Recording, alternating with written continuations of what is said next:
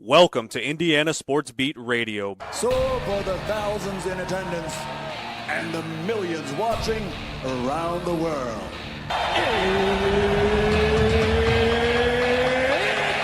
Time! Three on the way. Oh! It went in! It went in! And Indiana wins the ball game!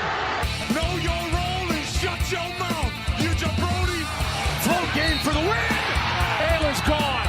Come on, touchdown, Indy! Woo! IU! America! They got a football team now! It's pretty simple. I win. Google me. You know that I'm the cream of the crop. Now, here's Jim Coyle. People, welcome aboard. Happy Friday. Glad to have you along for the ride as we have reached the end of the week with a weather pattern that just doesn't know what it wants to do. We had a perfectly good 6 inches of snow out there, and it had to come along and wipe that out and then replace it with some new stuff that's out there now. Crazy. It's all crazy. Go sell crazy somewhere else. We're all stocked up here, baby. Jim Coyle with you as always. Indiana Sports Beat Radio here on this Friday. Glad to have you. Alec, Lasley, Zach Osterman will join us later on. CFP gets going this weekend. The college football playoffs tonight, as a matter of fact, as Oklahoma and Alabama will tangle to determine the first opponent for the number one Indiana Hoosiers, actually. Tomorrow, the remaining 3 games will take place, determining the remaining field. You've got Oregon playing a JMU team that did you see what Nick Saban said? Which all true. He compared having a team like JMU, not JMU specifically, but he compared having JMU in the college football playoffs and not having a team like Notre Dame akin to having the our AAA champion being allowed into the World Series. I don't disagree with that. Under the way it's set up right now, Notre Dame did not deserve to be in this year's playoff. Now, that's my opinion. But by the same token, I also agree they're better than Tulane. They're better than JMU, most likely. But the thing is, you get the chance to settle that on the field, and Notre Dame had that same opportunity. The problem was they keep losing at home. They keep scheduling weak-ass opponents. They're not in a conference.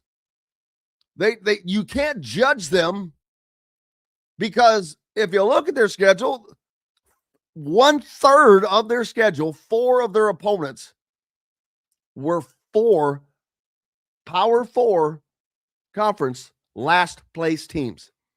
4 teams from dead last.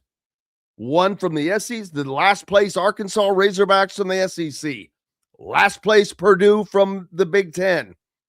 The 2 last place teams from the ACC.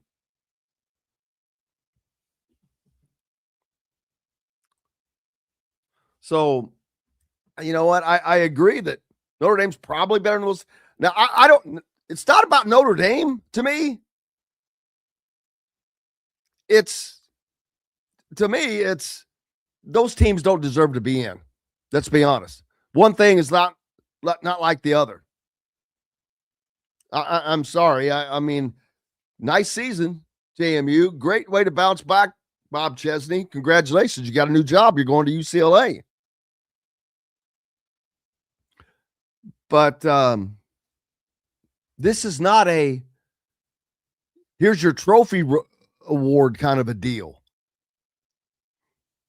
I mean, it's big boy football, and Deserve's got everything to do with it now. Not deserve as far as reward, but deserve as far as earning. Now, unfortunately, that is all subjective because of how it's set up. It's not set up simply by winning and losing. It's winning and losing judged by other people. So, you got that going for you, which is nice. Indiana football offensive coordinator Mike Shanahan and Indiana reached a new 3-year deal. Keeps him on par contract-wise, terms-wise with Bryant Haynes, Indiana's defensive coordinator, and Kurt Cignetti's top 2 assistants for a dozen years or more between these two each. Total, not total. Each. It's nuts. That's part of the success.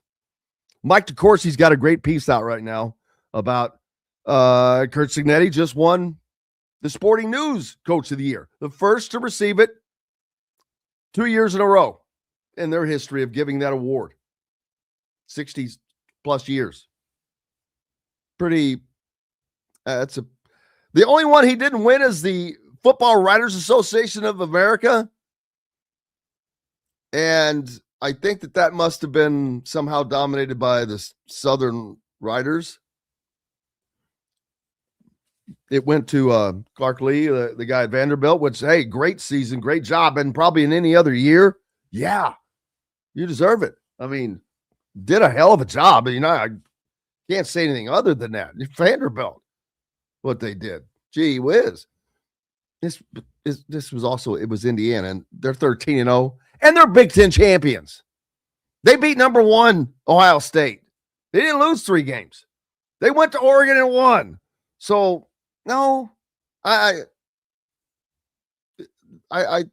think the Coach of the Year award should have gone where it should have gone. I don't care. I don't have a skin in that game. I just call it out. Hey, all of our Bloomington peeps. Got a nice, brand new, shiny Dave & Buster's. They've got specials for all the IU games. The Rose Bowl coming up. $10 wings or 10 wings for $10. Not $10 wings. $10 for 10 wings. $5 drafts, $5 margaritas. Great place to catch the game with family or friends or both. Bring the kids, let them go play games. And on Sundays are fun day. Half price games for the kids. Plan your next watch party or birthday party or both at Dave & Buster's in Bloomington. Proud new sponsor of Indiana Sports Beat Radio. Glad to have them. Glad to have you. Very happy to have you. Ohio must have really, really wanted to be rid of their football coach, Brian Smith. He was another coach this week that was unceremoniously booted for cause, but this was a little different. He seemed to be shocked because the reasoning was for having a relationship, an out-of-marriage relationship, although he was separated and in the process of getting a divorce. So they kind of stepped on themselves there. And then they said that there was a report of him drinking at an event. A report. There was no proof. There was a report. That's their cause. That's the reasoning for cause, so they don't have to pay the buyout. Well, I got news for you. This has got LSU written all over it with just a lot less money. This is a poor man's LSU deal here, screwing it up just as badly. Boy, when you can, sometimes you can just tell when people are chirping, flopping those gums, you're like, you might want to stop. This school might want to go about this a different way, because if I'm that coach, not only do I want my buyout, I want a little extra now. You want to drag me through the mud? Okay, well, let's do it. Let's take these gloves off. Yeah. The school claims he brought disrepute, scandal, and ridicule to the school. Well, I didn't even know about it, or neither did anybody else until they decided to broadcast it and create this ridiculousness. Drinking in his office. Yeah, I think he was drinking some bourbon that was given to him by the husband of the president of the school.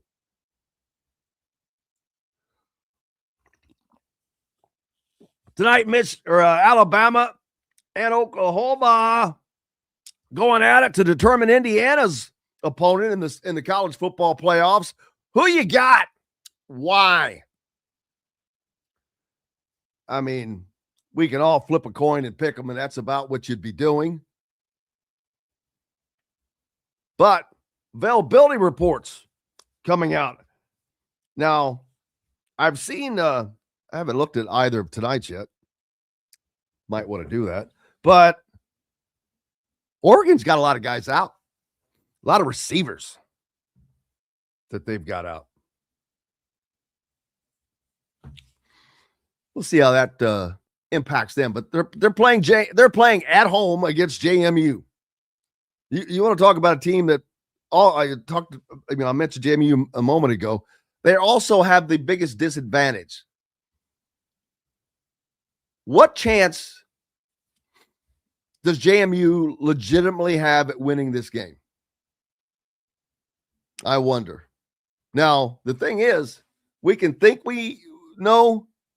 I mean, yeah, in all likelihood, probably a 90% probability that Oregon wins the game.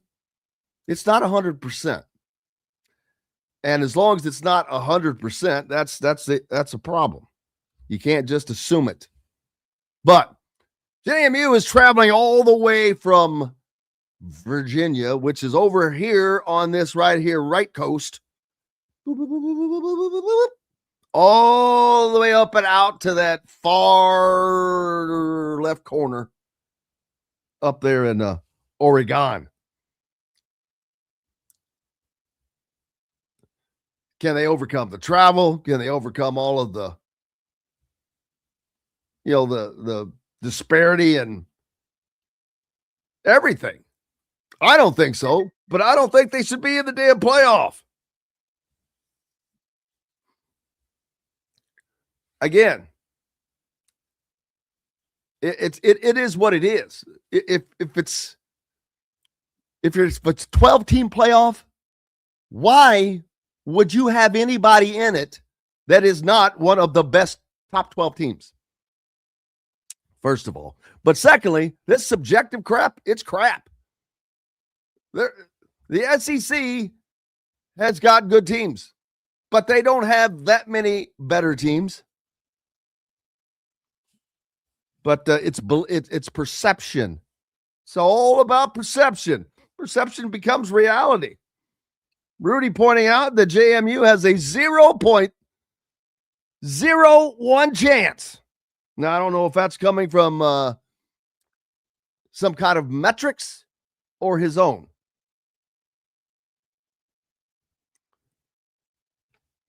Well, Russell, it's not, yeah. Russell says JMU has some time to travel to Oregon. I didn't think that they were in a rush to get there or that they were late or anything. You're adding in the travel. It's not about having the time. Then you're out in a different time zone. So now you're changing the entire. That's not what they did during the season. They didn't travel 3 time zones away 3 days ahead of time. So you're getting out of your rhythm.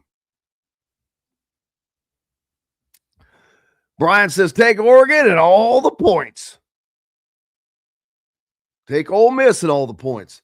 Ole Miss, is Ole Miss susceptible? I think they might be. They're taking on Tulane team that they've already beaten once, but they're without their coach. And how much of an impact will it really make? They're going to have a home game. So we shall see. Brian says the Ole Miss crowd will be roaring. Yeah, my daughter will be right up in it. Enjoying the heck out of it. Happy for her. She'll get to do that.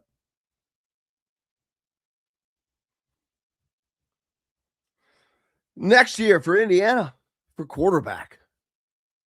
We'll talk about that a little more, a little later. Who's going to fill that role? A lot of fans are just expecting that it's going to be Alberto Mendoza. And I'm, of course, if you listen to the show, you know, I don't think that that's going to be the case. I'm not saying that it cannot be the case. He will have the opportunity to compete against whomever they bring in. But I think that they end up bringing in a fifth-year guy like Sam Levitt or Josh Hoover, who is also going to be entering the portal. Former commit to Indiana. Brennan Sorsby, all indications are that he is heading to Texas Tech. Great for him. You know, that comes with a payday. Cody Campbell getting out the checkbook. How you spell that? Sorsby. Thank you very much. Let's change that. Coyle. Yeah, there you go. Thank you very much. Jason says Josh Hoover's a great quarterback. Absolutely. He is. I think he has the most yards. If he were as a returning quarterback, he's thrown for the most yards of any. Over 9,000 yards, I believe. Josh Hoover also fits the mold. He's a really he's a great guy, I hate to call him a kid. Hell, gee whiz. He's been in college for 4 years now. But super good person. Fits that mold. Has been successful already. But you can tell is hungry. He wants to go to the next level.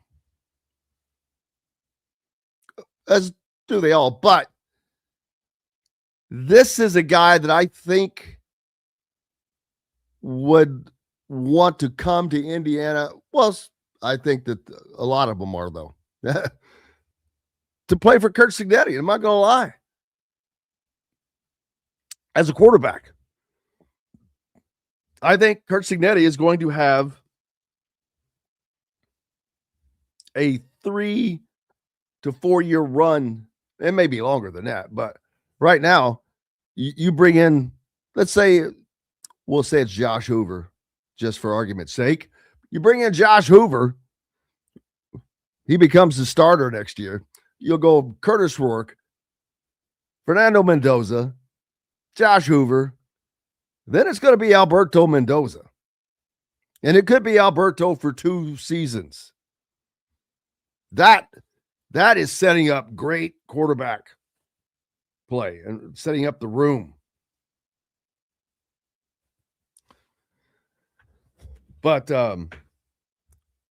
quarterbacks are going to be knocking down the door to get into Bloomington. Got a plenty coming up. Glad to have you along on this Monday. Snowy. A little snowy. We've got more coming up. Later on, Zach Osterman, Alec Lasley will join us. Talk more about the quarterback situation for Indiana. And Memorial Stadium later on when Zach joins us. Renovations are coming. How's everybody doing? Stay warm. It's a chilly one. Up and down, up and down. Back with more right after these messages. Andy Moore Honda is Bloomington's #1 Honda dealer for a reason. Buy a new Honda and get a 3-month break from car payments. That's right, no payments for 90 days. That includes the all-new, all-electric Honda Prologue. And you get it for just 0.9% financing. Or the 2024 Honda Ridgeline Black Edition or the Honda Accord LX, both for just 1.9% financing. Get more to your door from AndyMooreHonda.com, Bloomington's #1 Honda dealer and your best place for new and used vehicles. If you're looking for a new home in the Indianapolis area, you need Cheryl Sizemore from Brick and Ivy Realty. Cheryl Sizemore has over 2 decades of experience, and that could be the difference in getting the home you want in today's tough housing market. Reach out to Cheryl Cheryl at CherylSizemore@gmail.com or 317-701-0838. That's 317-701-0838. Let Cheryl Sizemore sell or find your new home today. Huddle up, football fans. Tailgate season is here, and nobody gets you ready for game day like Academy Sports and Outdoors. Swing by your local Academy store or shop online at academy.com to find everything you need, from grills to jerseys and more. Be a watch party legend with gear from top brands like Nike and Under Armour, all at unbeatable prices every day. With 8 Academy stores across Indiana, including our Bloomington location, fun can't lose, and neither can you. Gear up today at Academy Sports and Outdoors. Zach Browning here to tell you about an offer you simply can't pass up. If you're looking for the best coverage of Indiana football and basketball, which includes recruiting, weekly chats, podcasts, as well as access to the best national team out there, then look no further than thehoosier.com. The best part, it's just $1 for the first week. Oh, and did I mention that you get a full year of access to The Athletic when you sign up? You can't beat the coverage, and you can't beat the deal. So head over to thehoosier.com today and sign up for just $1. It'll be the best decision you ever made. Welcome back, Indiana Sports Beat Radio, on this Friday. I hope everything is going well for you and staying out of the little blistery outside. A little snow back on the ground after having it, getting rid of it. Now it's back again. What are you going to do? But stay out of it. Best thing, if you can keep from it. Not everybody can. Got stuff going on this weekend. Got some basketball happening. A lot of football to watch. College football playoffs starting tonight. Oklahoma, Alabama. That will determine who Indiana plays in their first game in the Rose Bowl, which is going to be very entertaining either way. Indiana against Oklahoma. Indiana against Alabama. Big Ten SEC matchup. Both of those opponents are blue bloods of the college football world. So it will give Indiana yet another opportunity. Question, though, is Oregon a blue blood? My answer is no. What have they won? They've been good, but what have they won? You got to win to be a blue blood. You can't just win. Hell, if that's all it took, then that would make Miami and Texas Tech blue bloods. But it still gives Indiana an opportunity to play yet another blue blood. You got Ohio State that they did play and beat. Now you're going to have this one, and there will be, and if you win that game, you get another chance, and then another one after that. I mean, this will be the most, I think, the most deserving national champion in a long, long time if Indiana can complete this deal. They would end up going 16-0 in football.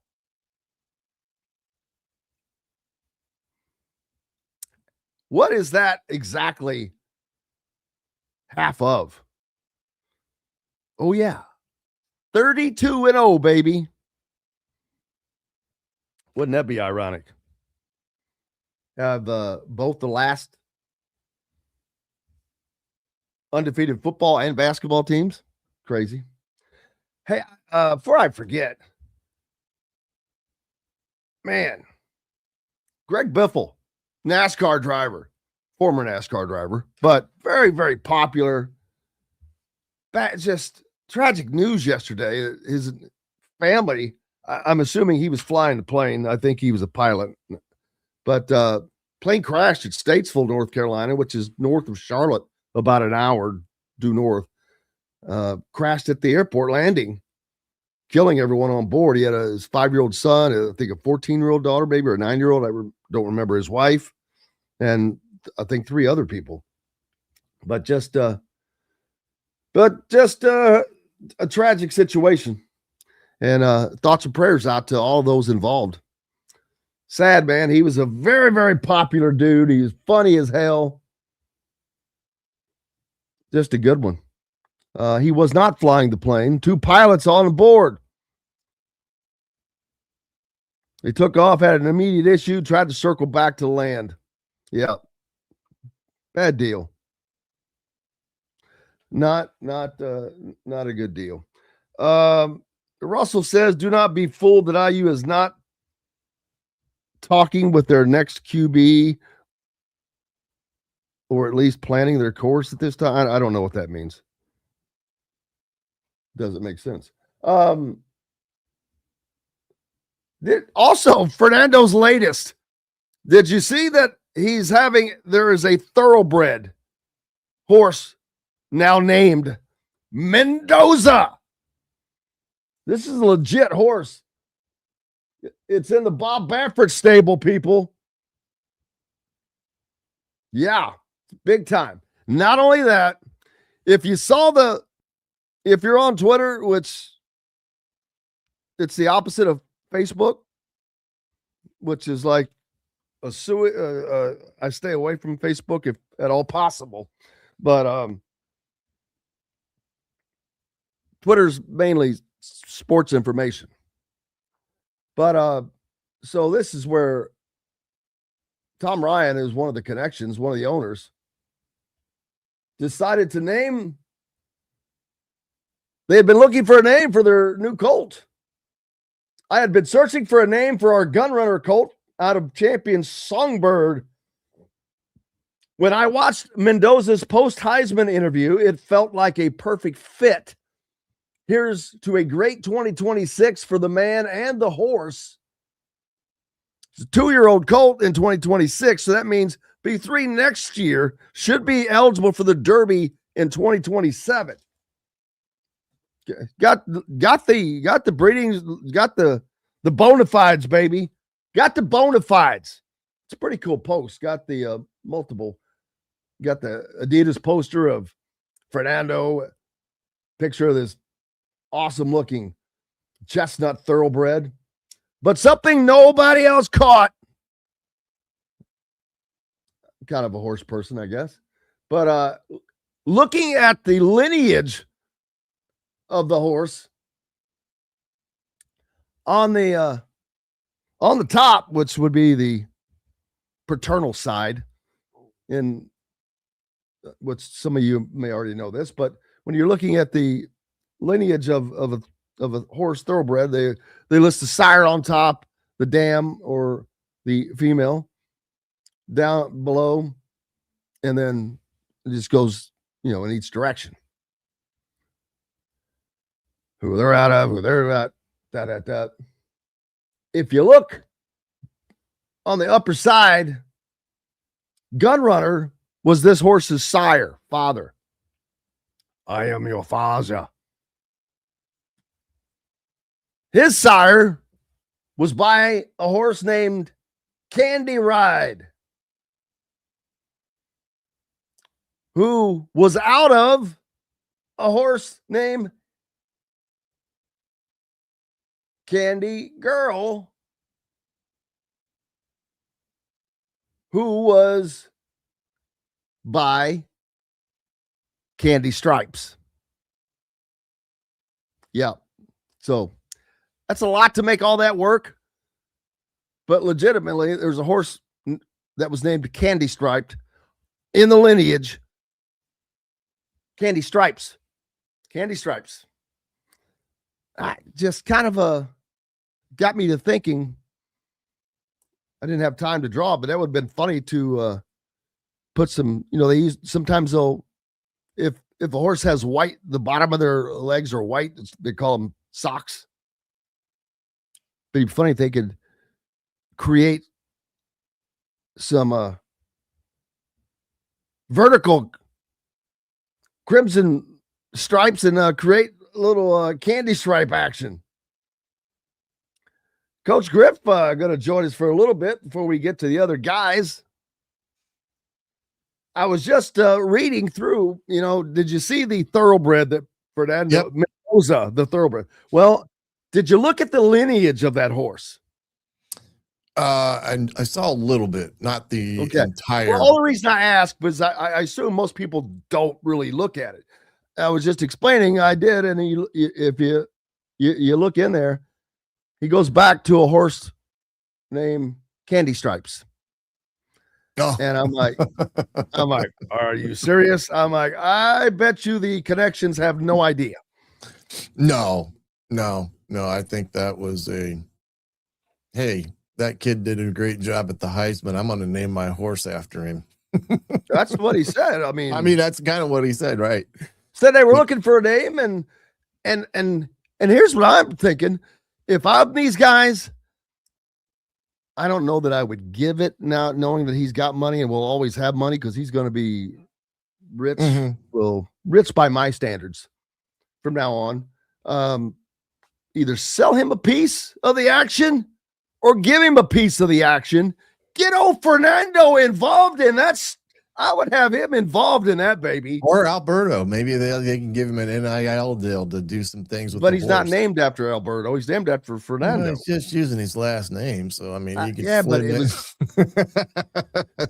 But either way, I'd get Fernando involved, and I'm sure Fernando, I would say, hey, we'll either give you 2%, which that's a lot. We're talking $1 million horses, number one. Number two, these are Derby legit stock type horses. Yeah. Bafford's got so I would, it's in the Bafford camp. I mean, that's top notch, straight up legit. I would get Fernando involved no matter what. I would try to get him involved. I would either offer him, hey, would you be interested in buying this? So, yeah, I mean, but they do it all the time. I would definitely do it as a discount. Yeah, they do it all the time now. There's even companies out there that you can actually put money into as a group and own horses. I think one of the Derby winners a couple years back actually was owned by a group of people that did it that way. They put all their money in and became partners in the grand scheme of things. But yeah, can you imagine if that horse makes it to the Derby? I think it's, still in the yearling stages. So a couple of years from now, even if he races in the Derby preps, he could be right there in Miami in Mendoza's hometown down there at Gulfstream. It would just be another crazy story. Yeah. Cherry on top of it all. I mean, I don't know that this is good. I'm not going to finish that sentence. But everything comes to an end. But right now, Indiana football is set up. It's set up to be good for a minute because it hasn't even – the snowball is just now getting rolling. Because you're just now starting to see recruiting impact. Right. And there is going to be recruiting impact now. It didn't happen after last season. I mean, I'm not saying it didn't happen at all, but I don't think I would call it impact on after last. This is going to be brand impact. Awareness. Yeah. This is going to be impact. Yeah. I thought last year gave them a little bit more brand awareness within schools that they walked into. Now I do think, like you do, that this is now beyond that because of what's transpired this year on a national level, as well as Fernando's winning the Heisman and Coach Sig winning multiple Coach of the Year honors. You got the only one he didn't win was the Football Writers Association of America, and it went to Vanderbilt's coach. But I don't know. I'm like, I get it. He had a great year, and any other year he probably wins it in any other year. But it's not any other year, unfortunately. No, for right. him. It's a year that Kurt Cignetti has done what he has done with what he's got. So, and they both done great. I mean, at two schools that you would not associate what's going on, both of them. But I agree. But how do you say that a 9-3 coaching job is better than a 13-0 coaching job? Oh, no. I'm sorry, you can't. Right. You can't. You can't. So hey, Josh Hoover is in the portal from TCU, a name to keep an eye on because he's going to be the name. He's going to be the name. I'm telling you. Yeah, I following up on Zach's article there on the Hoosier, where he laid out the kind of the returning players, kind of what the roster may look like after this season is completed. I'm kind of looking at it, going through it. I'm going to do video following up based upon that article. But it's an interesting dynamic because they're going to have some legit portal needs again this year because of defensive line, probably. Well, you got about every spot. You don't have a returning tight end with any experience. That's number one. You're going to have a wide receiver room that probably needs more bodies in the sense of players. Offensive line will be hit pretty hard because if Carter Smith comes out, goes to the NFL, that leaves a big void. So it is going to be a important 14 days or however many that is for them to be actively involved in this portal so that guys that they have an interest in are going to be able to get in and get out in a quick way and hopefully lock some guys up. Here's a question is, while Indiana's benefiting, we talked about how difficult it may be for teams that go deep, make a deep run because they're still playing, the portal's open. But when you are those teams, that's where guys want to go. Guys want to be playing for you. Mm-hmm, they want to be playing in that game. So, the biggest thing that's changed. Go ahead. How do you've got the coaches that are focused on the games, and you can't ignore what's going on with the portal because you've got to fill your needs at the same time. So, but how can you do both of those jobs? You have people in those positions. I understand, but you're making the talent evaluations here now quickly while you're still coaching and prepping. So I think that is where maybe you don't get as much time to evaluate a player, to make a decision on a guy. Whatever the case may be, but Indiana is fortunate in the regard because a QB may, hey, I'm going there no matter what. If I can make it happen, no matter what. Indiana's in a great position because they're looking at getting guys like either Sam Levitt or Josh Hoover or what's the Metzger, the kid from North Texas. Was it Messick? I've got to see it. I can't remember. I've got to see it to pronounce it correctly. Messicker or something. I can't. Yeah, it's to that extent. But I think he's probably going to go to Okie State where he's Mestamaker. There it is. I just have to see it written out. Mestamaker. Now now we've got all the irony. Did I take up? See, yeah, we're good. The irony. First of all, Brendan Sorsby's out of the picture. I think he's going to Texas Tech. Yeah, but they don't need him. It's not, stick with me here.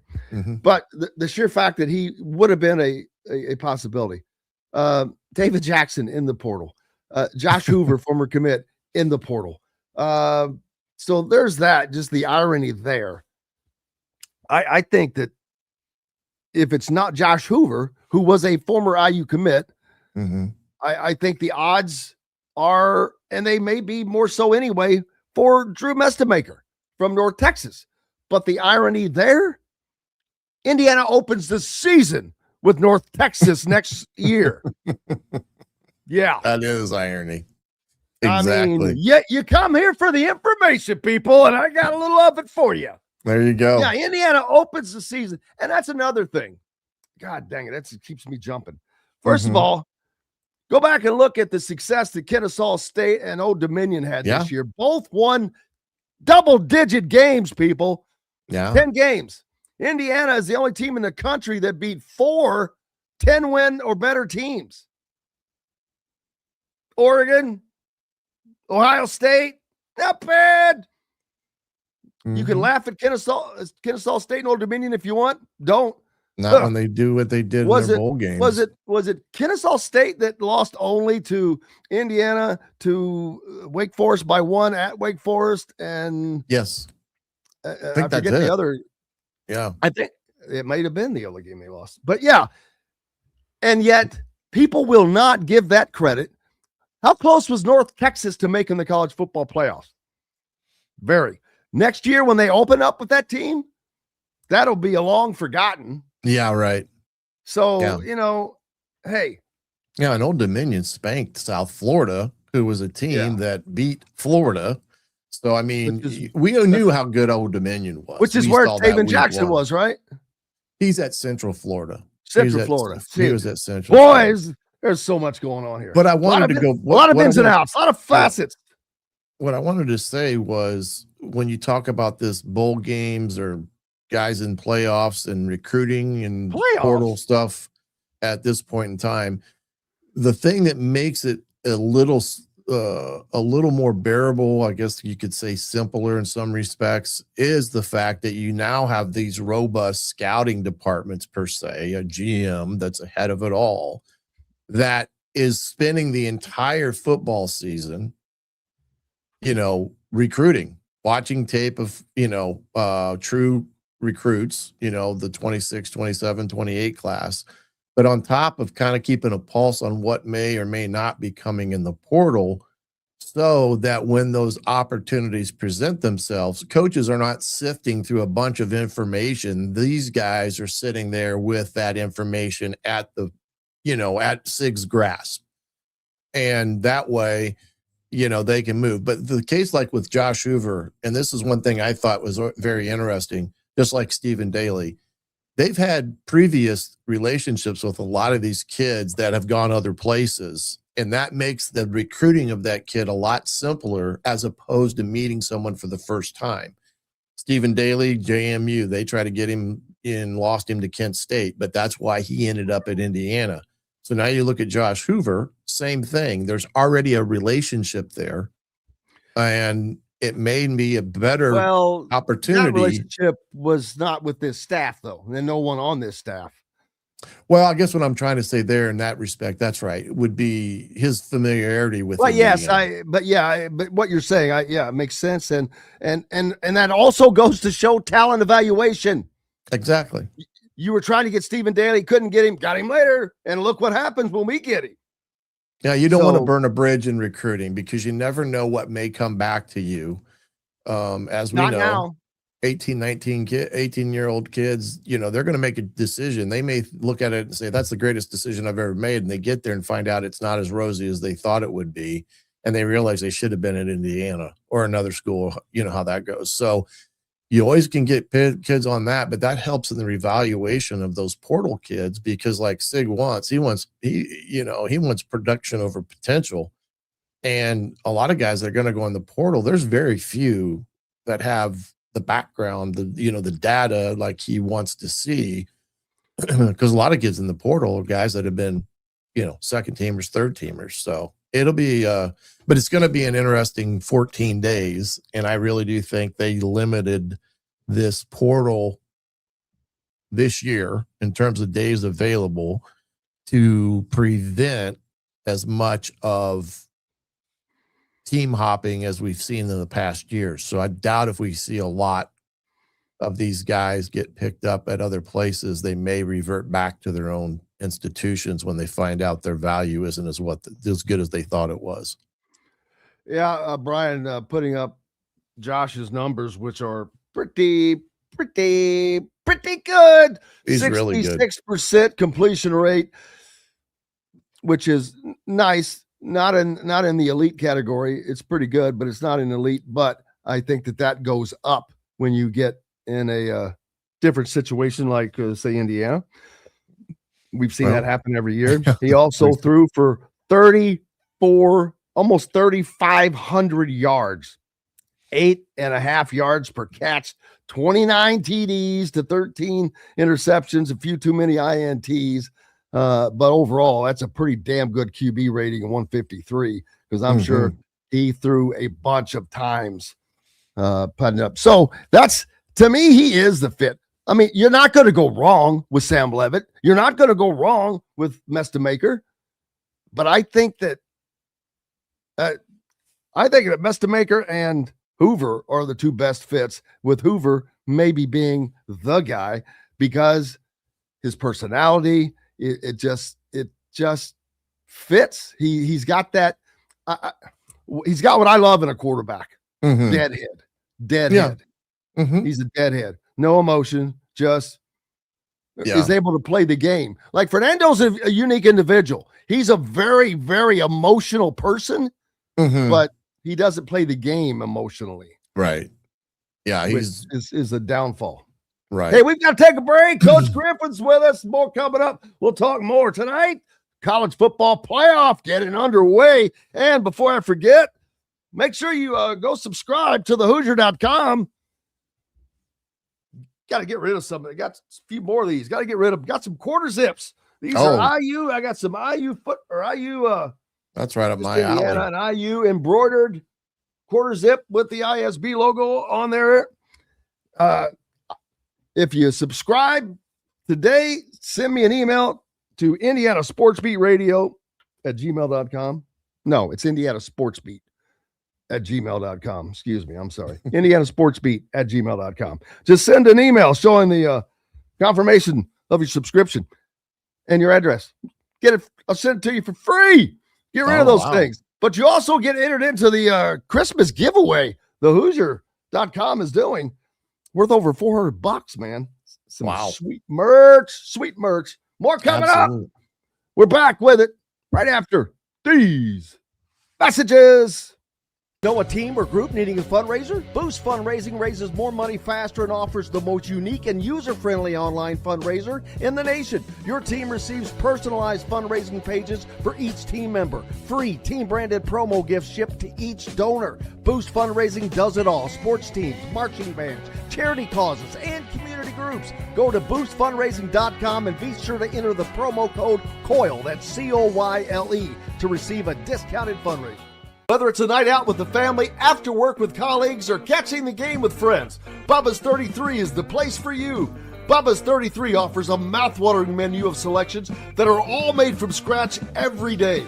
The portions are big, but the prices are small. And with over 50 big screen TVs, you'll never miss the big game. Bubba's 33, pizza, burgers, beer. Zach Browning here to tell you about an offer you simply can't pass up. If you're looking for the best coverage of Indiana football and basketball, which includes recruiting, weekly chats, podcasts, as well as access to the best national team out there, then look no further than thehoosier.com. The best part, it's just $1 for the first week. Oh, and did I mention that you get a full year of access to The Athletic when you sign up? You can't beat the coverage and you can't beat the deal. So head over to thehoosier.com today and sign up for just $1. It'll be the best decision you ever made. Huddle up, football fans. Tailgate season is here, and nobody gets you ready for game day like Academy Sports and Outdoors. Swing by your local Academy store or shop online at academy.com to find everything you need, from grills to jerseys and more.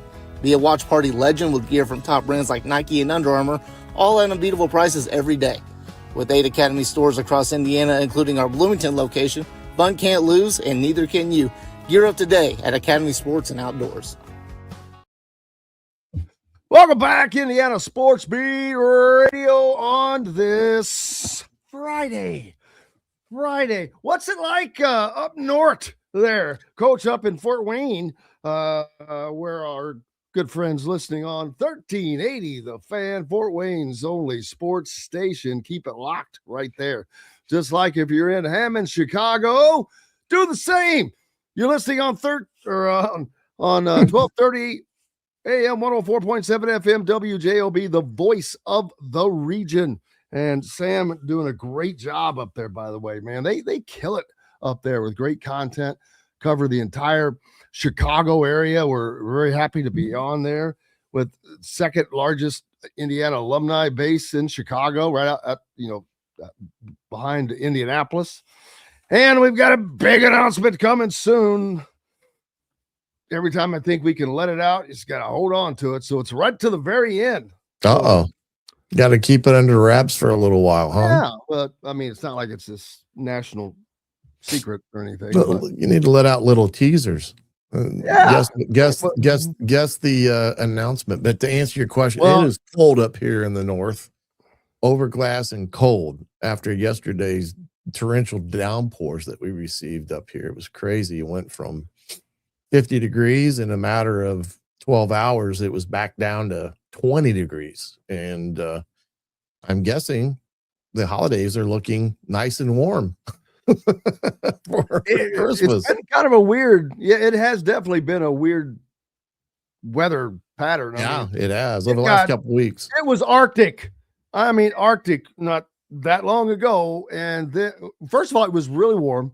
Then it was Arctic.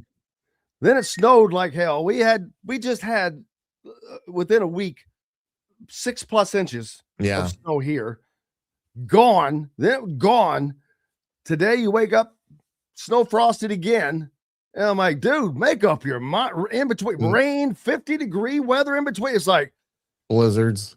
That's how people get sick here, boy. I don't know why I don't, but yeah. I'm like in the snow, let it snow and then melt it like a day or two later. I'm in that camp. When the snow hangs around is when it start getting really cold. But it's a little wet, overcast, and cold up here in the Great North, as we say. But it's big night tonight, like you said. College football playoffs are on tap, and this weekend going to be a lot of really good football on from today all the way through. I mean, I spent a lot of time talking about Oklahoma and Alabama, which takes place tonight and will determine the Rose Bowl opponent for Indiana, which is going to be interesting because either way, that's going to be fantastic, Coach. Alabama, Oklahoma, both blue bloods, gives Indiana another chance to take on a blue blood program and to continue to notch history. Every game with them right now is history. Everything they do is history. Yeah, every step, right. It'll be an interesting game tonight because I think, I do believe Alabama is the better team, A to Z. Not to say that Oklahoma is chopped liver because they are also a very good team. But you got to feel that Kellen there at Alabama's, there's a lot of pressure on that staff just because of wanting to get to that next step after losing to Georgia. It'd be bad for an early exit, and in my opinion, as it pertains to the fan base and all. But that should be a really good dandy of a ball game. Then you got Miami and Texas A&M. That one is going to be an interesting dynamic because you get a team that's more throwing their way through the games with Miami. Carson Beck, can he throw it to the right colored jersey? Because that's usually been his MO. We've got a minute, so let's take them all three in like 15-second increments. So Miami, Texas A&M, who you got in that game? I'm going with Miami. I'm going to say Texas A&M at home. Keep it all right. Let's see. Who is you pick the next game? Oh man, you're asking me to go off memory now. Jeez. Did we go out? Oregon JMU. That's not a good one. Oregon should win that game easily. Solely in Ole Miss. That's not a good one. You think Ole Miss is going to, roll in that one? Will the coaching come into play? That'll be something interesting to see. But looking forward to it, man. Appreciate it as always. Enjoy the weekend. You got it, partner. Coach Griff joining us here on Indiana Sports Beat Radio. We have got plenty more coming up. Zach Osterman, the IU Insider for the NZ Star, will join us back with plenty more right after these messages. If you're looking for a new home in the Indianapolis area, you need Cheryl Sizemore from Brick and Ivy Realty. Cheryl Sizemore has over 2 decades of experience, and that could be the difference in getting the home you want in today's tough housing market. Reach out to Cheryl at CherylSizemore@gmail.com or 317-701-0838. That's 317-701-0838. Let Cheryl Sizemore sell or find your new home today. When it comes to apparel and promotions, FreeThink has you covered, literally, whether it's 24 or 200 shirts for sports leagues, businesses, or groups. FreeThink Apparel and Promotions can also create your very own merchandising store. FreeThink Apparel and Promotions did it for Indiana Sports Beat Radio, and they can do it for you. Whether it's screen printing, embroidery, digital printing, promotional products, vehicle wraps, or anything else under the promotional line. See what FreeThink Apparel and Promotions can do for you at freethinkapparel.com. Huddle up, football fans. Tailgate season is here, and nobody gets you ready for game day like Academy Sports and Outdoors. Swing by your local Academy store or shop online at academy.com to find everything you need, from grills to jerseys and more. Be a watch party legend with gear from top brands like Nike and Under Armour, all at unbeatable prices every day.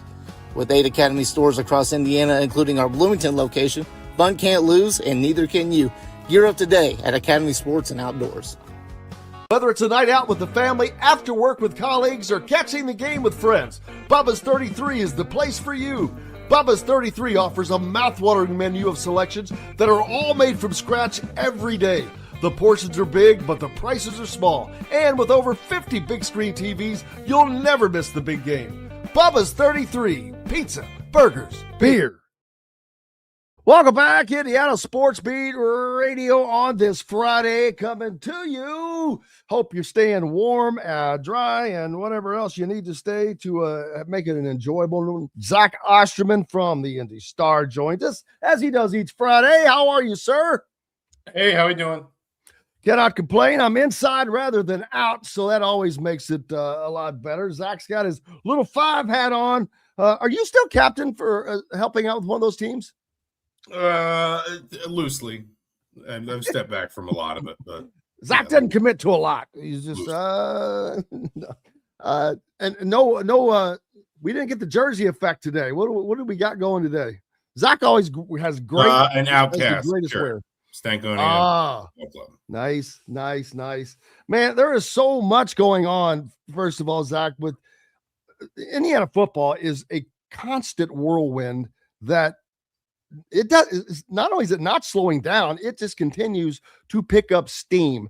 I'm surprised that and I wouldn't be surprised if it starts to happen, people start getting Indiana lash or Signetti lash because both are everywhere. They're omnipresent because it's a great story.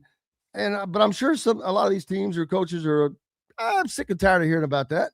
And gives them more reason to want to try to be on the other side of that win. But it's just been amazing to see all of this. And it just continues to add to what is going on, and capped off right just now by the Heisman, not to say that there's not more coming. Yeah, our mutual friend, Mike Glasgow, said it best yesterday. He just said, this is kind of what life looks like from the top. And when you're obviously never permanently on top, but, we see this with, we've seen this with Georgia in the past. Obviously, we've seen this with Alabama, with Ohio State, Oregon.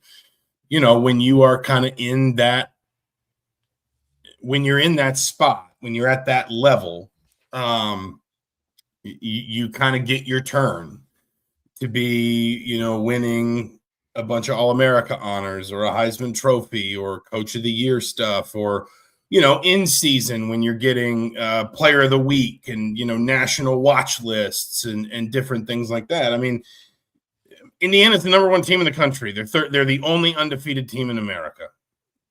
There's a reason why all this stuff is landing at their feet right now. It's earned. Now, this is I wonder to what extent we will recalibrate in college football as the playoff expands. Because 15 years ago, if Indiana was in this position, there would only be 1 game left on their schedule. And there would still be, I think, this sort of zero-sum idea that if you are 13-0, you cannot waste the opportunity to win a national championship. Well, now Indiana's got to win 3 games to win a national title, and they're going to be one of the favorites to do it. But the point is, all it takes is one bad day, or all it takes is, the wrong sequence of injuries, or an opponent that came up with a really clever plan. I heard you talking with Shannon about, maybe does Indiana want Oklahoma? Does Indiana want Alabama? Who would they see in the next round after that? Yada, yada, yada. The point is, I think we're probably moving to a place where we can contextualize these seasons before they've finished and just say this was really special. And obviously it is, of course, in the history of Indiana football. But it's also just one of the special seasons, frankly, that we've seen from a Big Ten program in the last 10 years, 15 years, 13-0, a Big Ten championship, a win at Iowa, a win at Oregon, a win at Penn State, beat Ohio State in the Big Ten title game, a Heisman Trophy winner, a Coach of the Year kind of honored across the board. These are just things that, that this is just kind of, like I said, what Glass said the other day, this is what life looks like from the top. And Indiana may still be there in a month. They may not. That does not diminish what they've achieved this season. Oh, there's absolutely no way, because they backed up what they did last year when they were questioned, and the few hiccups they had, they fixed and moved forward. So yeah, anything they could lose this first game, and while it would be very, very disappointing, in addition to it, that would be an upset, but still, you can't knock a 13-1 season. This is a team that can go 13-1, and it's incredible. They can go 16-0, and it's even more incredible. But it doesn't matter. It's already incredible. You've got the Heisman Trophy winner. You've won the Big Ten championship, and most importantly, the snowball is rolling. It kind of last year, I think the snowball just got packed, recruiting wise, program wise. Now, after doing what they did, backing it up, Big Ten win, number one. Now this thing is rolling. It's off the hill, and it's going to just gain momentum, and it's going to continue to gain momentum. They can add to that or just go with it however, but it is now rolling forward, Zach, and this program, it's in play, and I don't see it slowing down anytime soon, because it's just iron sharpens iron. That's the old, but it's true. And that's going on with Indiana right now. I do think that's where the portal has changed, a lot of this. I mean, like, my sense is actually that some aspects of the portal market have stabilized a little bit, that like we can all, broadly speaking, agree on what a starting free safety should be getting, not like your Caleb Downs, but just like a good solid safety, or a nickel corner, or a running back who knows he's going to be in a 2 or a 3 back rotation, that kind of thing. But I think that the market that continues to climb is, more than any other, is quarterback. And I think that is because it's not just that it's the most important position on the field, although it obviously is. It's that we live in a world now where you never have to get the quarterback question wrong again.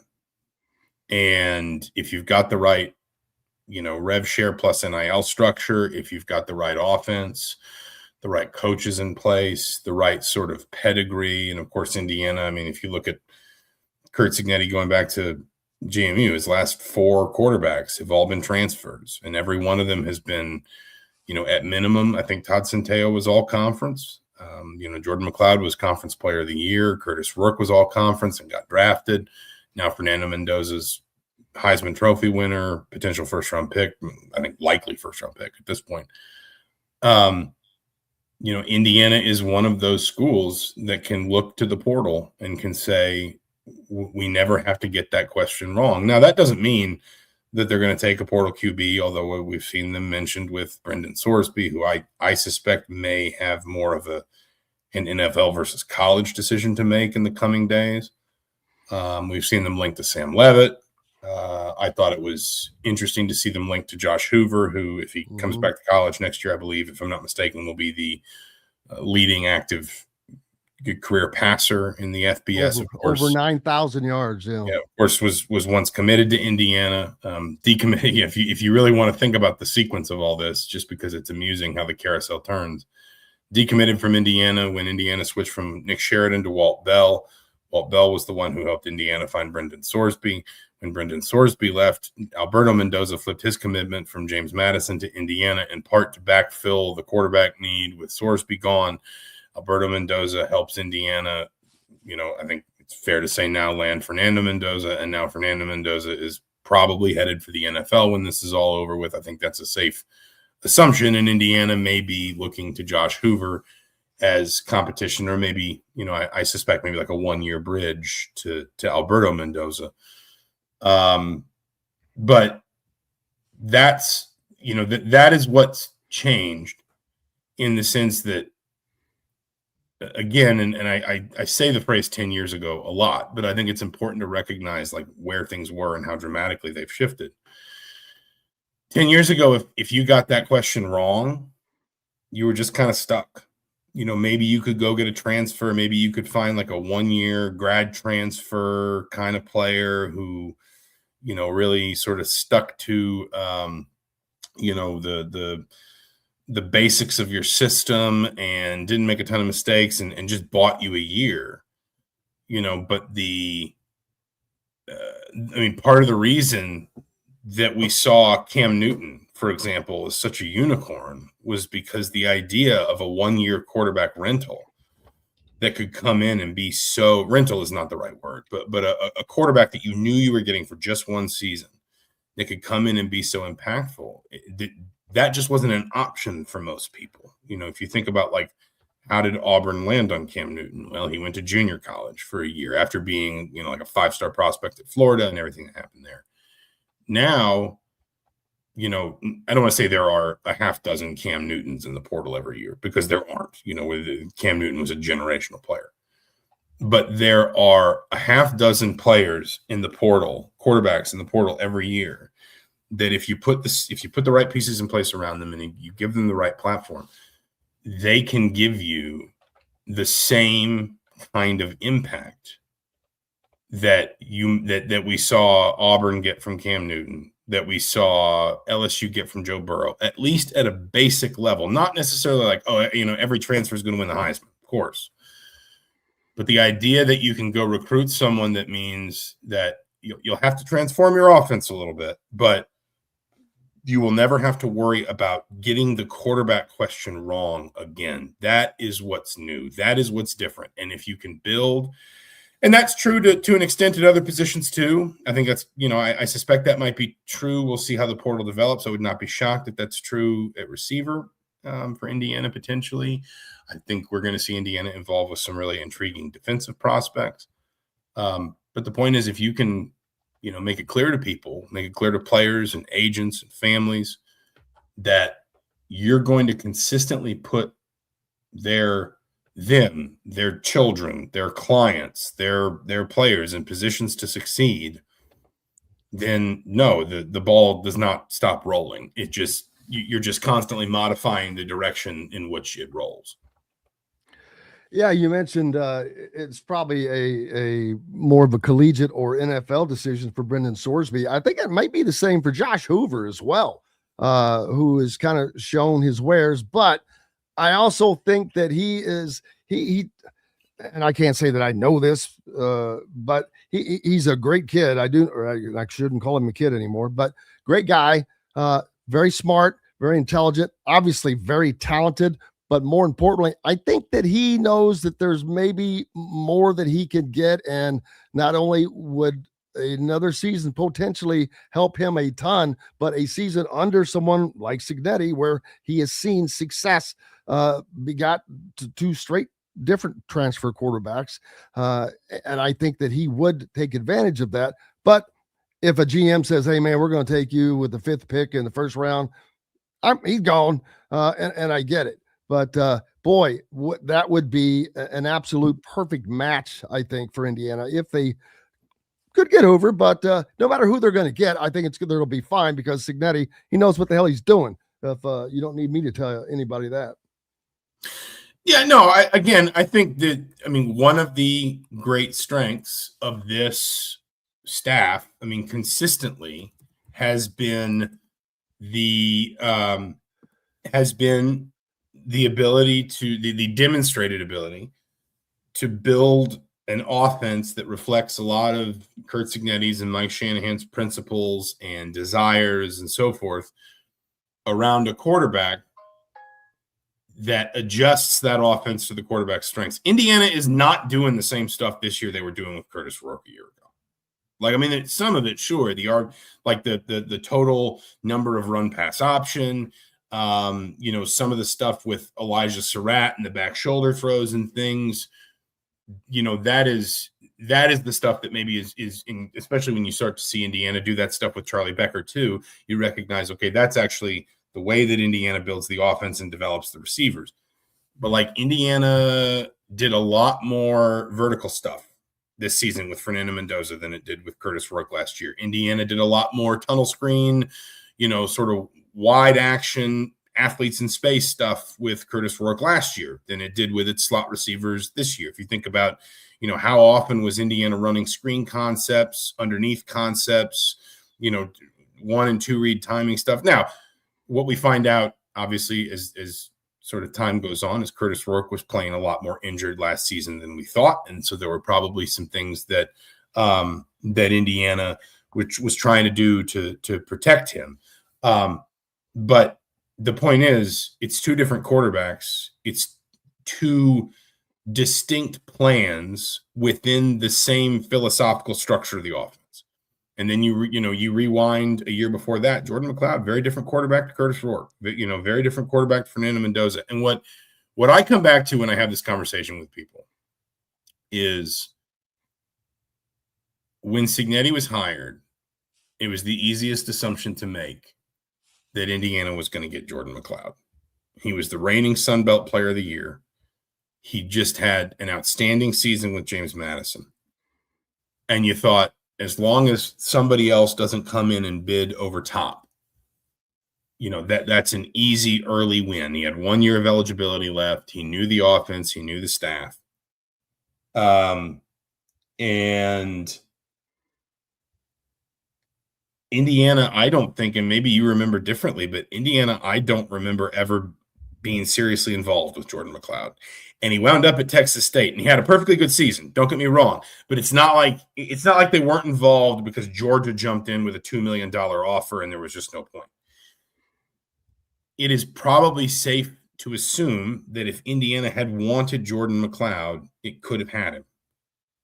And yet Indiana went in a different direction because Curt Cignetti somewhere recognized, no, I'm going to need something different there to what I needed here. Maybe not better, maybe not like demonstrably, this is so much, this is great and that was terrible, but just something different. And that is, I think, one of the great strengths of this staff, of this head coach, is the ability to recognize we need X. And when we have it, we are going to have the right plan to get the most out of that player's talents and abilities at their position. Yeah, and as I've talked about with the proof in the pudding, Indiana's in a great position because now I haven't talked about money much because I don't know for sure, so there's no point in talking about it. But like Fernando in the 60 Minutes piece, alleged to be making in the neighborhood of $2 million. So let's say it's probably 2.5. That's not bad for a quarterback. That's market price. Basically. It's we're talking lobster, man. It's market price.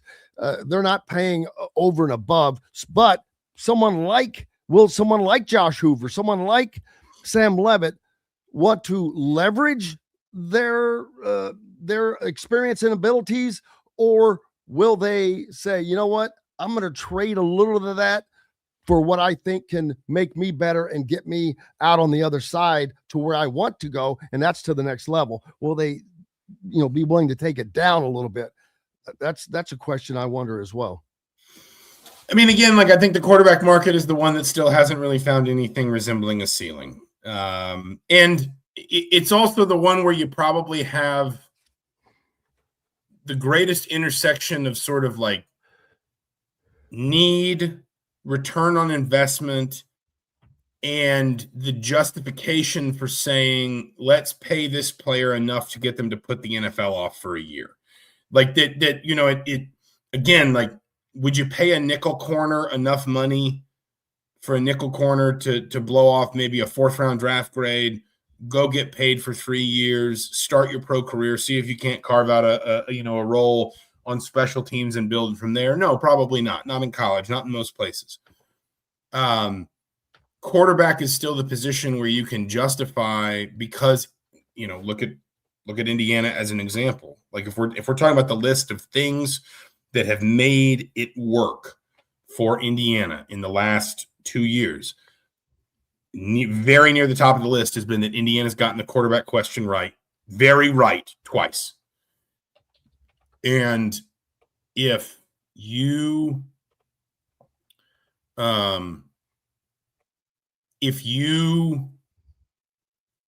can justify, if you have the money, I guess, to start with, then you can justify putting an offer down for a player that says enough financially for that player to, again, if like a quarterback's got a 4th or a 5th round grade, say, actually, there's more guaranteed money here. And then there's one more year of development and maybe, listen, we identified this very early on. Like very early on in the NIL process, we said one of the positions that's probably going to be most affected by all this is quarterback, because all these dudes that would jump to the NFL after 4 years and wouldn't care if they were going to be a 5th rounder, 6th rounder, maybe an undrafted free agent, they would take one more year in college because, and it's funny to think about the numbers we were throwing around at the time, but we were saying, you can make $750,000, you can get free rent at a nice apartment, you can live in a college town, you can probably get yourself into a truck for free with a partnership with a local car dealer. Isn't that better than scrapping it out on a practice squad, for a job? Maybe you wind up in the CFL, maybe you wind up cut and you're just floating around. The numbers have gone up. The principle has stayed the same, which is that I think quarterback is the position that is where it is most justifiable to just keep inflating these numbers. And I'm not, we'll hit a point where it stops being justifiable. Maybe we already have. But it's the one where I think it's going to be easiest to convince coaches and convince, personnel people in college to say, just keep pushing that number up, because if you get it right, look what happened to Indiana. Indiana got it right. And boy, did it work out. Ohio State last year. Ohio State got it right with Will Howard. And that wound up being a doubly important decision, because Ohio State got it right with Will Howard, gave Julian Sayin one more year because he was a transfer last year, if I'm not mistaken. And Ohio State got a 2-for-1. And I think you're going to start to see more of that with quarterbacks where, and I'm not predicting this in Indiana or whatever, but I think you're going to start to see some of these deals where maybe you get like a quarterback that's only got 1 year left and you give him $3 million, and then you lock up your backup, your young guy who you like, to a two-year, $2 million deal, and you say, here's $500 this year. We're going to keep you sweet because we don't want you to leave. The promise is next year you're going to go up to 1.5, and you're going to spend a whole year knowing that next year is your year, and we're going to build that natural escalator into your contract. I think we haven't seen many 2-year deals, if any at all, have we? What? And we haven't seen many multi-year deals yet, have we? Yeah, there are more than you think.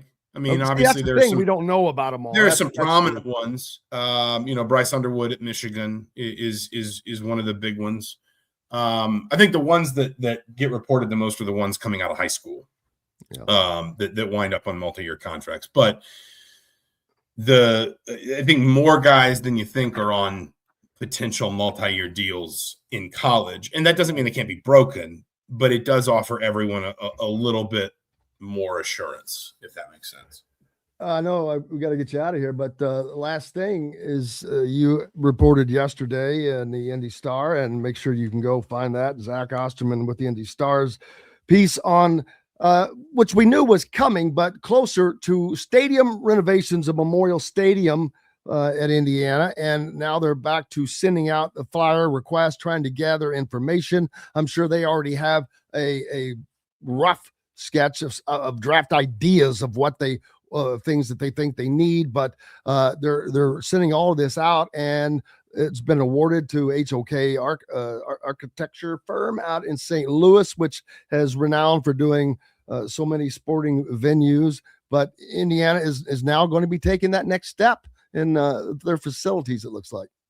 Yeah, this is a very, and I do have to duck out of here in a minute, forgive me, but this is a very preliminary thing. Now, I think what's important about it is that they have brought HOK in. HOK will serve as their master planner.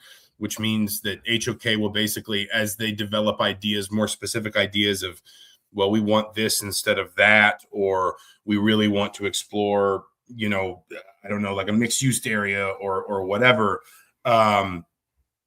There is what HOK will do is be able to provide them with sort of the expertise to say, okay, we think this is possible. If you want that, you might consider this. You might look over, you might think about what's over here. Let's give you an example of something we did with someone else. They'll be able to say that's feasible, or maybe that's not, or obviously they can talk about costs and things. Indiana's a long way from, like, for example, the point of renderings. But I think it is meaningful that this time around they did put together an RFP, a request for proposal, or a request for RFP is request for proposal. Yeah. And they did engage with, HOK and Populous are probably the two big architecture firms in the States that deal in sports in particular.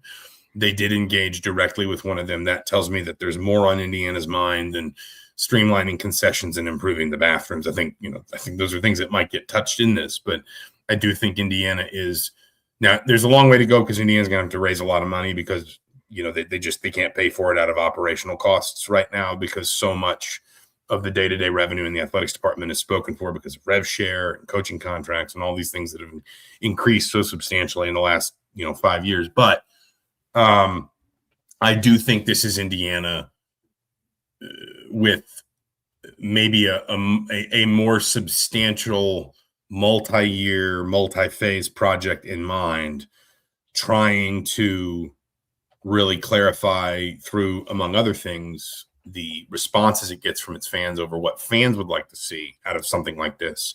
It's thinking going forward here.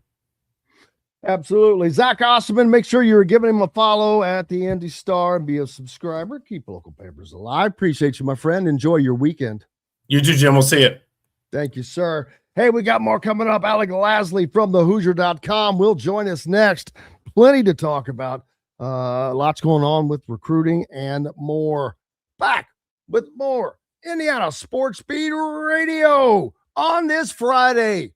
After these messages, Andy Moore Honda is Bloomington's #1 Honda dealer for a reason. Buy a new Honda and get a 3-month break from car payments. That's right, no payments for 90 days. That includes the all-new, all-electric Honda Prologue, and you get it for just 0.9% financing. Or the 2024 Honda Ridgeline Black Edition or the Honda Accord LX, both for just 1.9% financing.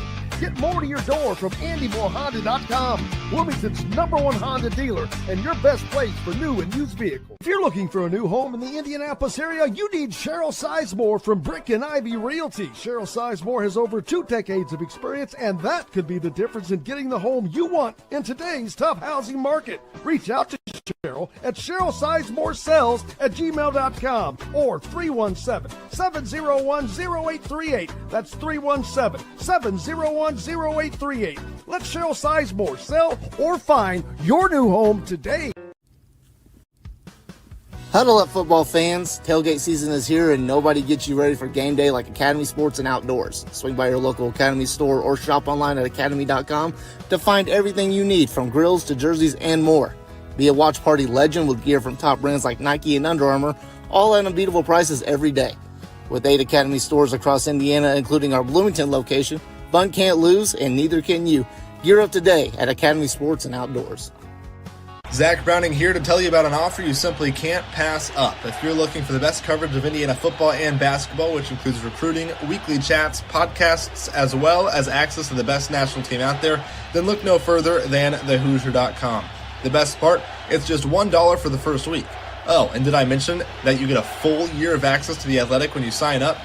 You can't beat the coverage, and you can't beat the deal. So head over to thehoosier.com today and sign up for just $1. It'll be the best decision you ever made.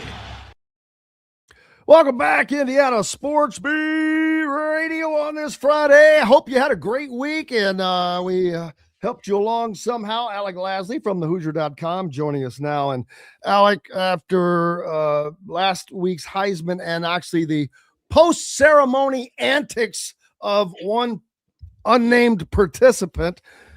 I'm sure you saw the many memes or whatever posts that were on X and Instagram that were just cracking me up. There was one that said, "Oh, Diego Pavia was arrested after the Heisman ceremony," and it was a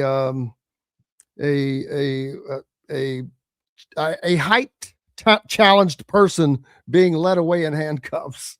It was just all kinds. But and yet here's yet another one that I hope I can get away with playing. But quarterback Fernando Mendoza, he won the Heisman Saturday night. Yes. Mendoza was up against Julian Sayin of Ohio State, Yeah. Jeremiah Love of Notre Dame, and evidently Joe Pesci of Goodfellas. Oh, Yeah. You reap what you sow, man. You reap what you sow. And first of all, I'm thinking, I didn't realize that he was like 5'10" or 4'11" or whatever he is until I saw the Heisman ceremony. And I'm thinking, dude, oh, wow, an NFL career. The odds are already short. Bing. But seriously, why would you go? He just threw a stick of dynamite in his NFL prospects already. It's an uphill climb, and then he just made it twice as hard. Yeah, look, I mean, it was kind of embarrassing, just secondhand embarrassment, just to see everything that he did after the fact, from the party to the post. The sign. Did you see the sign? Yeah. So I mean, like everything what is wrong with this guy? Yeah, I mean, everything that went into it, right? I mean, his agent probably isn't going to be helping him much anymore. I mean, it just. How happy is the school? What? How happy is the school? Well, I know the Vandy's head coach, his name's escaping me right now. Had his media availability leading up to the bowl game with Iowa. I think it was Tuesday or Wednesday, and just talked about how big of a mistake that was, that what he did. Right. So I mean, I think everyone outside of the small pocket of Vandy fans have been on the side of how embarrassing and kind of disgraceful that was of what he did. Right. You'll get the small pockets of the Vandy fans who are still going to defend him and fight back on him. Should have been the Heisman winner, but I think that just shows what a vast difference. And right, the vote wasn't even close. So all the talk, the lead up to it, of how close is this going to be? Is this our Heisman winner versus is this this group's Heisman winner? In the end, I think not only did the play on the field show that Fernando Mendoza was the true Heisman winner, but also just how he carries himself. His morals, his demeanor, his personality, and I think he just capped it off with a terrific speech. And the way that he ended the speech, I think, just shows once again that everyone who voted for him voted the correct way, and the way that he carries himself from day one, even going back to Cal, and just his journey, I think, was just capped off with something that he didn't even do, and that was obviously Diego Pavia's just embarrassing moments and kind of disgraceful moments to the whole kind of college football world at that point. Yeah, Reese Davis threw one out there, but because he voted for him to win, and he said he was embarrassed, the regrets doing it. I'm like, all that does is show how badly ESPN is SEC biased. First of all, I'm sorry, there's no way that Diego Pavia had a better Heisman campaign per se than Fernando Mendoza. A, he didn't lose 3 times. He didn't.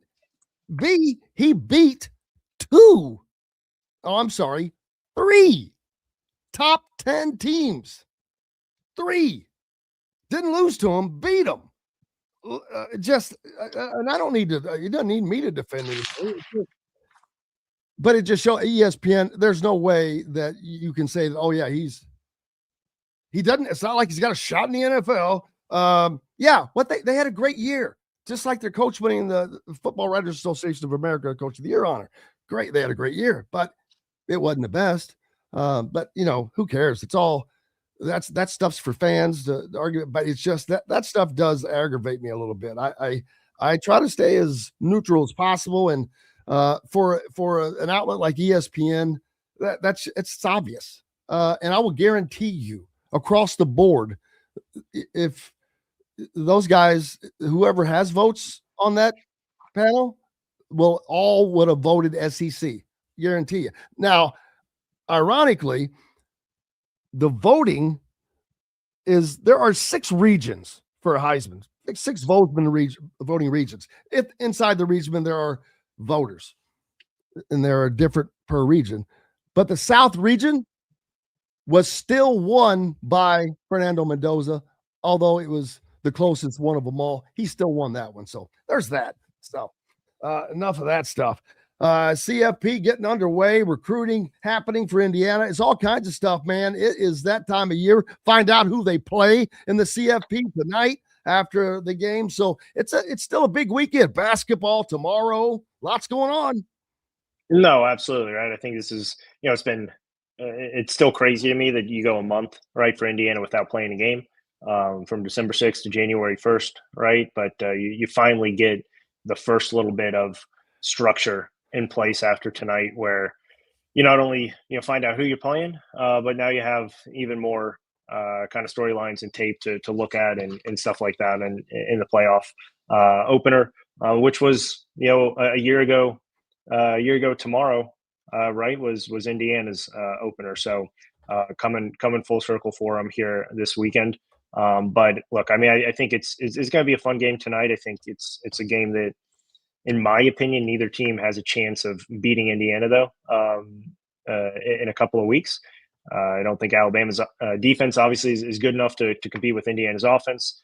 Don't think Alabama or Oklahoma's offense is anywhere near good enough to compete against Indiana's defense. So either way, I think this is going to be a good test for Indiana regardless. But I think Indiana is too strong on both sides of the ball to have a letdown. I think the big thing is, right, just how focused and structured and detail oriented that they have been since pretty much Kurt Cignetti got there. A lot of people probably are going to look at Oregon's long layoff last year, right, when they were upset then against Ohio State. But we kind of look at that, and the seeding probably would have been vastly different last year with this year's rules, and Ohio State probably would not have been the 8 or 9 seed, whichever one that they were last year, going into to then play Oregon, right? That seemed more like a national championship game than a quarterfinal matchup. So I think Oregon got a little bit screwed in terms of how the playoff was set up last year. So Indiana gets a little bit of a different schedule this year. Obviously benefits them, I think, in a lot of ways, but still the month layoff, I think, is for a lot of other teams would be a huge issue for this group. I think it's one that probably is more aggravating than anything. This group just they love football so much, they just want to be on the field and playing. But I think with the structure and the detail oriented mindset that pretty much everyone within that program has, right, it's going to be a nice little reset from obviously the major highs that they had just a couple of weeks ago and leading into last weekend, to kind of get a nice reset. And Fernando Mendoza talked about it. I think it was on Monday or Tuesday, right? That now, after everything is said and done with the Heisman ceremony, they can all kind of refocus and kind of regroup on what the overarching and the main goal has been, and that's win a national championship. And so I think this kind of break is still good for them, especially with some of the injuries that they have, right, to kind of regroup from an injury standpoint. And get fully healthy with a couple weeks off before they do face either Oklahoma or Alabama there in the Rose Bowl. Absolutely. And it's going to be interesting to see who wins this game tonight. We've heard, so much has been going on. Mateer has had his issues this year after being pushed beyond belief. Well, just think, had he not gotten hurt, I don't know that Fernando wins the Heisman. Not because I don't know if he would have been worthy of it. ESPN wouldn't have allowed it. They were pushing John Mateer to win the Heisman from the first snap of this season. Kirk Herbstreit was just, he was almost in tears already. The first game, that's how that should go. But he's back. I guess he's healthy.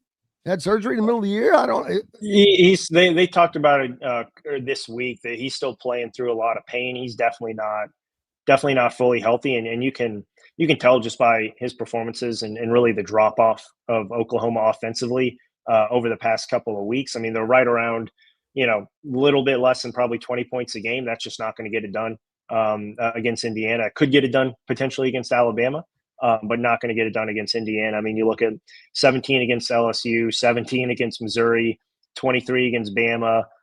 They did have a nice output there against Tennessee. But outside of that, I mean, they just haven't had the true firepower that they had early in the season when they had some good wins, but nothing significant of really big note there. They've been a good team all year, but I think their ceiling is very much capped, whereas Alabama's, on the other hand, I think you can see if their offense clicking on all cylinders, they are a very, very good team, which they showed in the middle portion of the season. When it falters a little bit, they're just an average team because they don't have a lot of those game-changing playmakers that we've seen in the past with Alabama. So that's why I think both of these teams very similar in that way, where they're very much capped at what their potential is, and very good, but not great in a lot of different scenarios. Where obviously you look at Ohio State, you look at Indiana, great in multiple different categories, and really have no true weakness there. Something I wonder, someone asked about Omar Cooper, who has eligibility remaining. Who's going to be the biggest surprise possibly of coming back to Indiana that's an impact player already? Yeah, I mean, I think you look at Omar Cooper, right? Because you see what he has been able to do this year, and that's build off of a great year last year.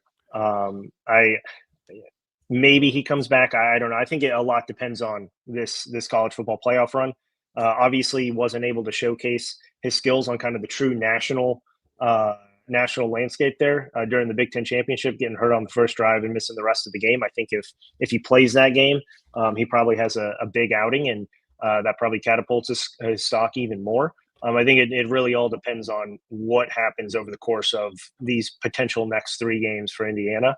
And how he plays, because he's coming back to a wide receiver room that's really him and Charlie Becker, right? I mean, you lose EJ Williams, you obviously lose Jonathan Brady, and then the big one is you obviously lose Elijah Surratt. So a lot of opening there at the wide receiver position. You get Tyler Morris back, but not expected to be kind of that number 2 or even the number 3 that EJ Williams was this year. So you have a lot of question marks. Tight end is a question mark. Right. So he could come back and be, not only the top receiver in the Big Ten, but one of the top in the country. The question remains, though, is are you going to have that type of quarterback play that you had this year to elevate you even more than the year before? So there's a lot of things that you really have to look at. I think, ESPN had him as a, second, third rounder. Right. If you're a second, third rounder, I think you got to go. That's a lot of potential to leave on the table there, and a lot of stock that could hurt by coming back. You get injured, something happens, right? There's just a lot of unknowns at that point to move up maybe 1 round. And you already see, right, there's not a lot of wide receivers, not a lot of depth at the wide receiver position that goes in the first round. You obviously see wideouts that go in the first round, but it's not like quarterbacks where you see 4, 5, 6 every single year. You see, maybe 2, maybe 3. And it can be argued that he's, still not even top 3 in the country. And the question is, do you want to go this year, or do you want to wait another year where you're going to have Jeremiah Smith coming out, and the potential to have even more breakout stars. So I think Smith's not coming out this year. I didn't realize that. Yeah, he has one more year that he has to stay in, I believe. So there's still a lot that can go into play. That makes a difference. So yeah, we'll see how it works out. But yeah, you're not going to have a bigger moment. There's no possible chance. You had the biggest moment that has probably been in quite some time and might be for some time with that catch at Penn State. That will be etched in people's mind. He can thank Gus Johnson and Fernando Mendoza and Charlie Becker for that, all three of those guys for that. But yeah, you got to make hay when the sun's shining, and the sun is shining on Omar Cooper, baby. So, but yeah, we'll see how that works out. Well, then you got basketball tomorrow. Imagine this. We've talked nothing about basketball all day. The whole show, I've talked zero about basketball. You know why? Who are they playing? Chicago State? I don't even know. Chicago State?